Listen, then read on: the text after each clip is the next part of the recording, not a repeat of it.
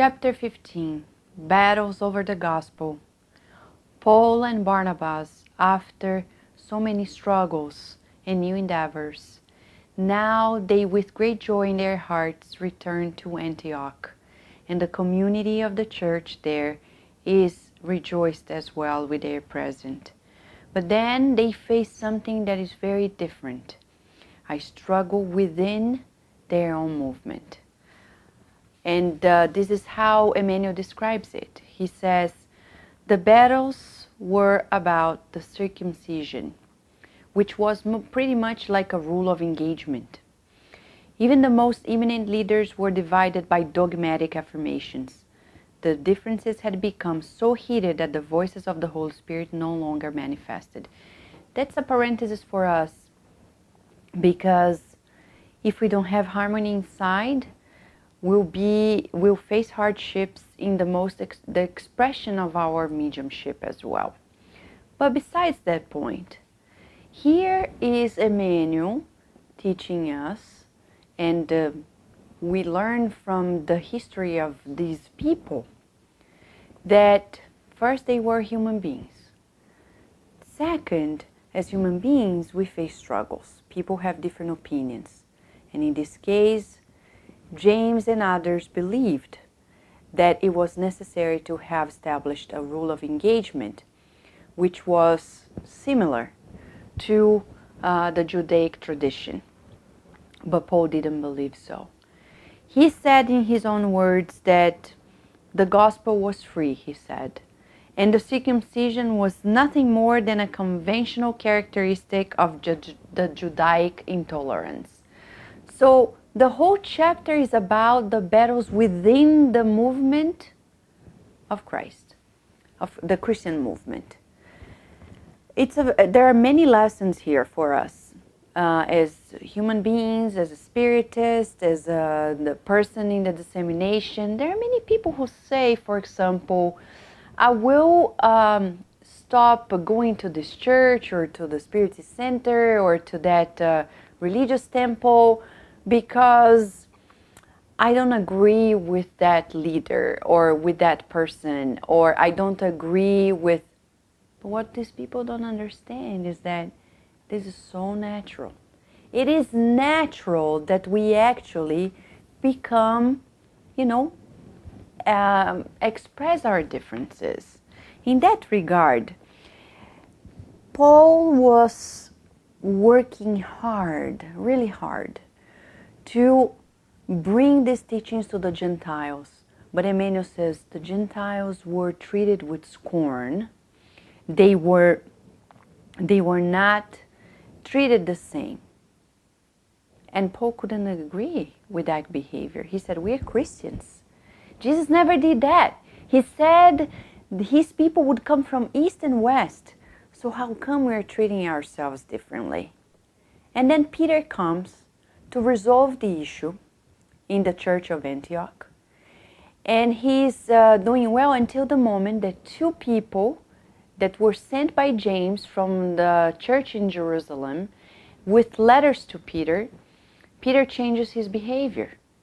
And Paul is quite upset about it. And in front of everybody, he says, I cannot agree with Paul's attitude towards the Gentiles.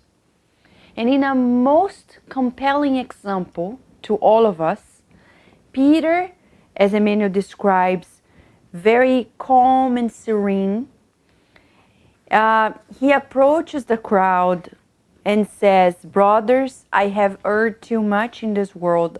It is no secret to anyone that I have denied the Master. I have erred among the beloved brothers of Antioch, and I ask forgiveness. Isn't it also time for us to think about that it is most beautiful when we recognize our mistakes and ask for forgiveness to people in our lives. Imagine to people who have the same idea as ourselves. And Emmanuel teaches us that this attitude by Simon Peter saved the just born church, the nascent church. He could have divided the movement right there. There would be two two sections in the movement, and he didn't. So he saved it. So he had an agreement with Paul. We're going to go to Jerusalem, and there we're going to have a meeting and discuss how we're going to decide the engagement of the Gentiles. Should they also be circumcised or not? Well, to summarize it, they went to Jerusalem. It wasn't easy. It was quite difficult. The struggles were great. But in one of the most special moments for all of us, as the manual describes, the moment of the emancipation proclamation of the Gentiles.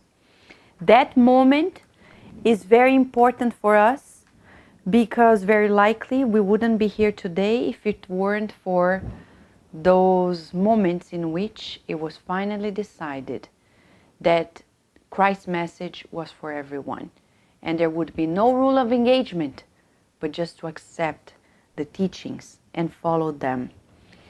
But this all happened not only because Paul worked very hard to that and his friends, but also Peter, in Emmanuel's words, worked with indubitable prudence and common sense.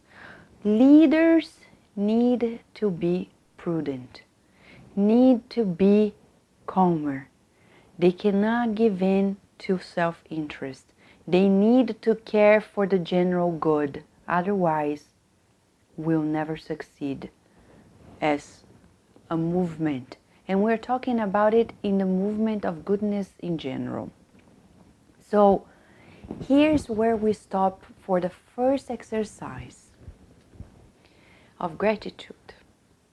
Of all the things we're reading, one most important feeling is of gratitude. Masaru Emoto, the Japanese researcher that studied the vibrations of our feelings, prayers, thoughts onto the molecules of the water, he said that we have inside of us the most special feeling, gratitude.